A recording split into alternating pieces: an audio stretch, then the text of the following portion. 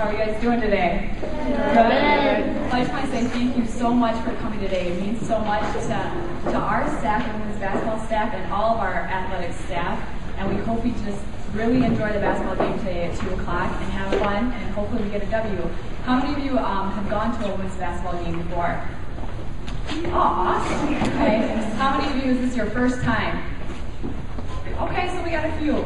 Well, thank you for coming, and we hope this first-time experience is going to be a great one where you can see our ladies play hard and play the right way.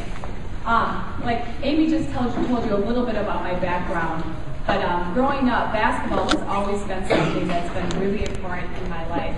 I started playing at a young age, 5 years old, and I knew at a very young age this was something I was really passionate about and I really wanted to be the best at. And thinking about that, like Amy had told you, I went on to play college basketball, I went on to play professionally, and now I'm playing in college. And I asked myself, how did I get there? And I really thought it was my habits growing up that I established at a really young age. I know some of you are just like 5 years old, 8 years old, 13 years old, I think is the oldest age.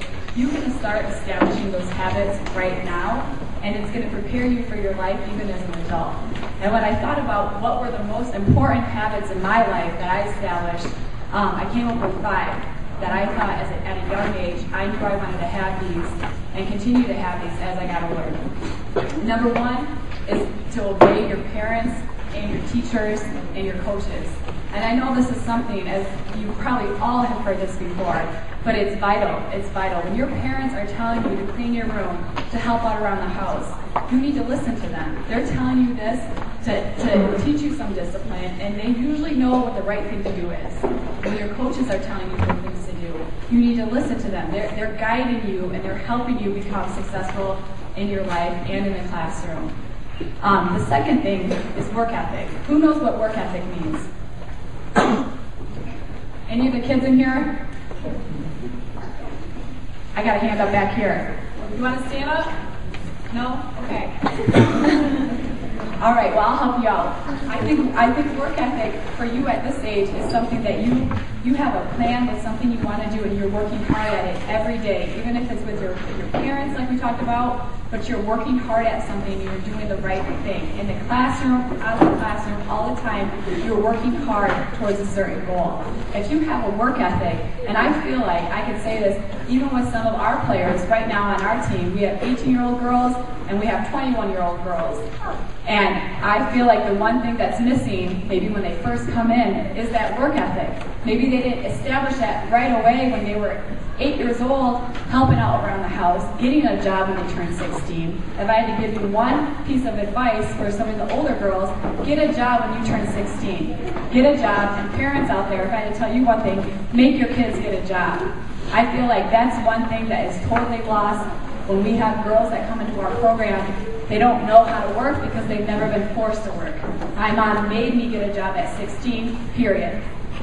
If I wanted to go to basketball camps, I was going to have to pay for them on my own, and it's a good thing for your kids to learn the value of a dollar so they don't come out after college and don't have any work experience to show for it. Leadership is number 3. Right now, at this age, you can establish some leadership even in your classroom. When your teacher asks for volunteers, raise your hand and say, I will help out. When you're with your group of friends and you see your friends maybe doing the wrong thing, step up and you say, I'm going to do the right thing. I want to do the right thing. And be the one that's not scared to do the right thing in front of all of your peers. And even around the house, you can help lead with your siblings, helping your parents do things. Number 4, I think is a great habit to start forming, is being a positive person, filling the air with positives. Nobody likes to be around people who are negative all the time. I mean, we teach this even with our girls right now that are 18.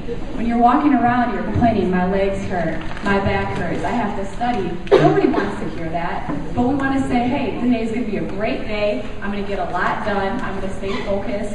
And you will see as you get older, the more positive you are, you're going to bring more people around you that want to be like you. Okay, so be thankful, be grateful. Say thank you to your mom and dad when they make you dinner. Say thank you to your teachers when they're giving you help with your assignment. Be grateful for that. Number 5, I think it's super, super important to have goals in life. You have to find something you're passionate about. For me, it was basketball, and that was my vehicle in life and everything I did. I knew for me to be successful, I wanted to go on to play college basketball. My goal, that was my ultimate goal, is to get a scholarship. You can have the goal of wanting to be the best hula hooper in the world. It doesn't matter. Or the best, you want to be the best violinist. Something. Find something that you're passionate about and have some goals and how to reach that. Every day you should be making, for me, at a young age, I would wake up and I would make a list. Maybe it's 5 things that I want to get done today. And I knew at the end of the day, I could cross those off my list, and I knew I accomplished something. So if you have a goal of being, let's say you want to be a violinist, write some goals down weekly that you want to prepare yourself to be the best violinist. In conclusion, this is such an awesome time in your life. I know, right now you're 8, 13-year-old girls. I just can't believe you have the world ahead of you. And this is just a great time for you to start developing those habits right now. And they're going to bring you success. And don't be scared to do the right thing when maybe some of your friends are not doing it. And this is just, I'm telling you, this time in your life, you have a chance to start moving forward in the right direction. Don't be the kid that sits on their computer. Now that we have computers and texting and cell phones, it's scary for me that you're letting this time slip away by sitting in front of a screen. Go out right now and start acting on some of these habits and doing the right thing. Thank you for coming today, and cheer loud and proud for the title. We're wearing white, okay? Thank you.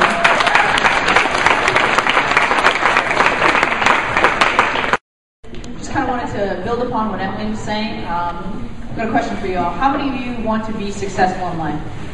Everybody raise your hand. Come on now. I want to see everybody say it. Don't tell me you don't want to be successful in life. And like Emily said, with those five things that she finds very important, one of the things I find very important and worked for me in my life was doing the little things, making the little decisions that. Making the right little decisions and coming out and having that kind of propel you in the right path towards life. To tell you a little bit about myself, I came here, I played 4 years of basketball here, but I was not a scholarship athlete my first 2 years. I walked on and I didn't play. I spent my first 2 years sitting on the bench, disappointed, to be honest with you, that I wasn't able to play more often and help my team more.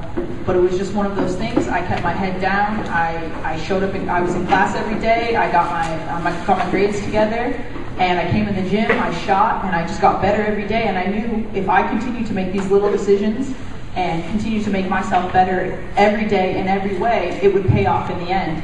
And it did, because my last 2 years I was able to start every game. I was able to get a scholarship, and like Amy told you before, I was able to lead the nation in three-point percentage. And it nothing to do with a skill or anything. It was just making that decision to come in the gym every day, get my shots up, to do what I needed to do for my schoolwork.